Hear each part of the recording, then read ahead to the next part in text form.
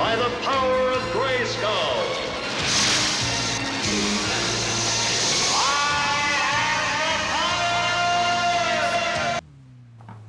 Hello, this is just a quick review for WRC 2024. It's free to download on PlayStation Plus this month, and the last time I played a WRC game was quite a while ago, so I normally prefer Colin McRae, so it's like Dirt and the actual Colin McRae games. They're the best ones I've played, but I quite enjoy this. It's not as shit as I thought it was going to be. The handling is okay. I mean, you can totally customize every single button input on your pad.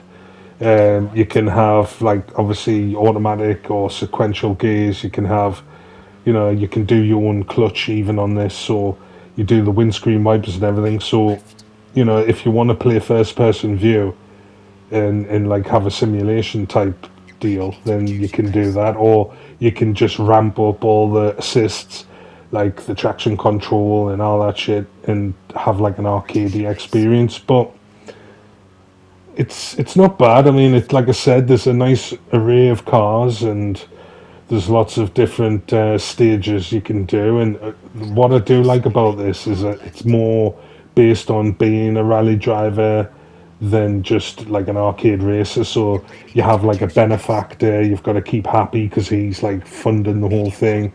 You can also build your cars, so you can pick from different body panels like bumpers, bonnet, roof scoops, spoilers, and you can build a car from base. You can put the engine in, like a 1.6 turbo or just like a straight 2 litre. You can have your own liveries as well. So that's another good thing about this. But like you can see, they've got the proper licensed cars on there. It was like the old Peugeot, and there's the Lancia and that. But that last event I was doing in the Peugeot, it's got like where the countdown is happening in the top corner. You'll start the race and it's like 1 minute 17, and it's counting down. And then you have like that 1 minute 17 to get from checkpoint to checkpoint. So as you're driving along, the co-driver will say like, oh, like stay at this pace, or increase your pace or decrease your pace. And the aim of that particular race is that you have, as the time's ticking down, like 5, 4, 3, 2, 1, you've got to cross the checkpoint just as it goes to zero, basically, because any seconds that over, you get incur points. So if you're 5 seconds over, then you get 5 points, that kind of thing. So I'd never played that before, so I was wondering if that was like a part of the real rally in real life. You know what I mean? Was it, or is it just for this game? I don't know. But like I said, it's quite good. The car selection, the handling, you can totally customize anything. So everybody will find, like the nice balance in between. The damage is quite good. The first race I ever done, after one section, I got a puncture, so I had to ride the rest of the stage with no tyre at all. It was just rim.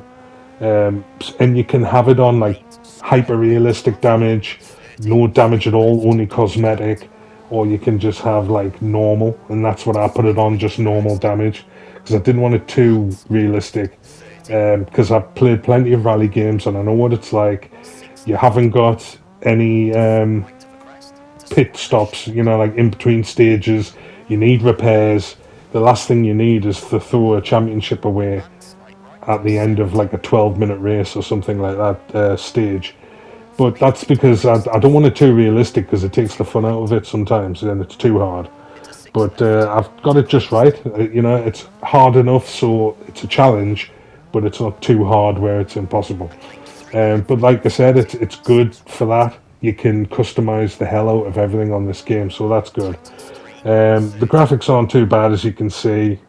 And also, that reminds us, when you're on the calendar, there might be like 5 events for you to do on the calendar, but you have only got 2 weeks, so you can only do 2 events, like one a week, or maybe that one particular event takes 2 weeks, so you have to like pick and choose. And then when you enter, each race has like the specific stuff that you need to enter.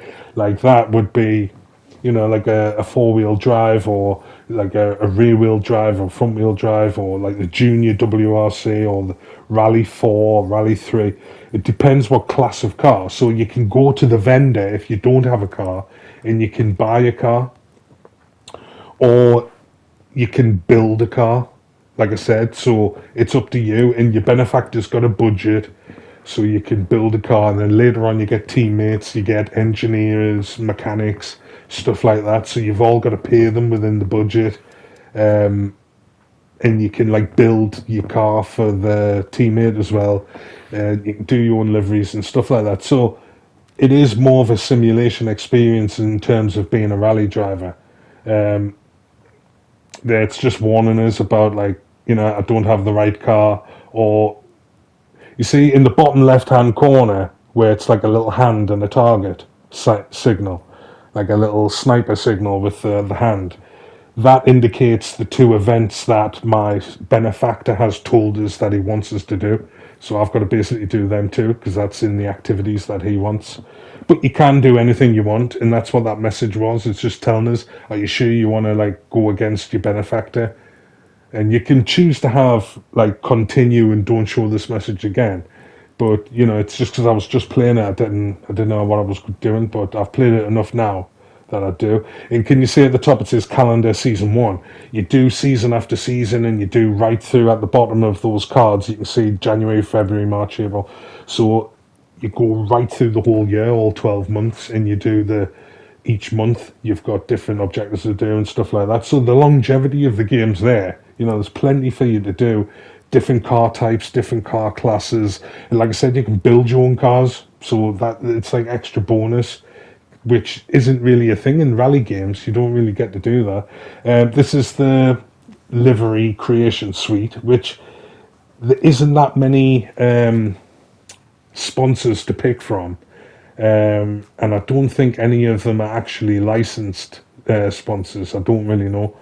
But you can get full customization of it, change the colours and all the rest of it. So that's there. And then once you've put the livery on your car, you can apply it to any other car that's in that class.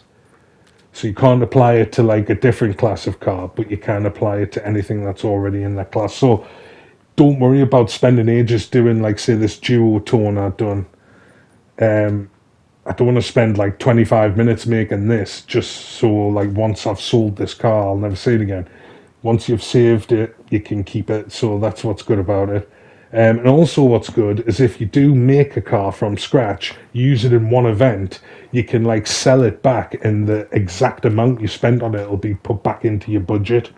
So you don't really lose money. So you're not losing anything by experimenting and building different cars, because you can just trade them in and get all your money back into your budget, which is good. But then once you've built your car, because I designed this car, like the way it looks and everything. So once you've designed your car, you've done your livery. I mean, you don't have to do a livery, but you can. So once you've done your livery and you've designed your car, then you can enter the event. And then obviously you've got to try and finish the event. But like I said, the damage is quite realistic, and each car handles differently. Like, this is a four-wheel drive car, I think, and the other car I had was four-wheel drive. And then when I tried the Escort Mark II, like the scene before, it's because it's rear-wheel drive. It's like constantly you're doing a 180 every time you try and turn a corner, because the back end's just spinning out. So it's all about throttle control. It's all about using your engine braking, because like I said, the engine braking by default when you first start, I think it's on like 9 out of 9. So you can bring that down, but all that means is when you come off the accelerator, the car will slow down quite a bit when you come off the accelerator. So you can just come off the accelerator just as a brake. You don't really need to be hammering your brakes. Because like I say, there's wear and tear on your brakes, your clutch, your radiator, your exhaust. Every part of your car gets broke or worn, and you have to buy second-hand or refurbished parts to stick on your car. And like I said, you're stuck within your benefactor's budget. So it's all kind of the business side of it. and the ins and outs of like running a rally team, which is good because it brings that extra element of gameplay. It's not just race after race after race. You actually there's like sense in doing certain things, making certain decisions for the long term. You know, um, is it worth repairing something now, or should I just wait and can I get through the stage without like hammering my gearbox too much or whatever? So it's good in that respect. And like I said, I haven't played a WRC game for a long time, so I was pleasantly surprised that it was like this, and it wasn't just stage after stage and like 20 cars and that's it. So it was a pleasant surprise. But like I said, it's basically brand new because 24. I know there's 25s come out or 26, whatever.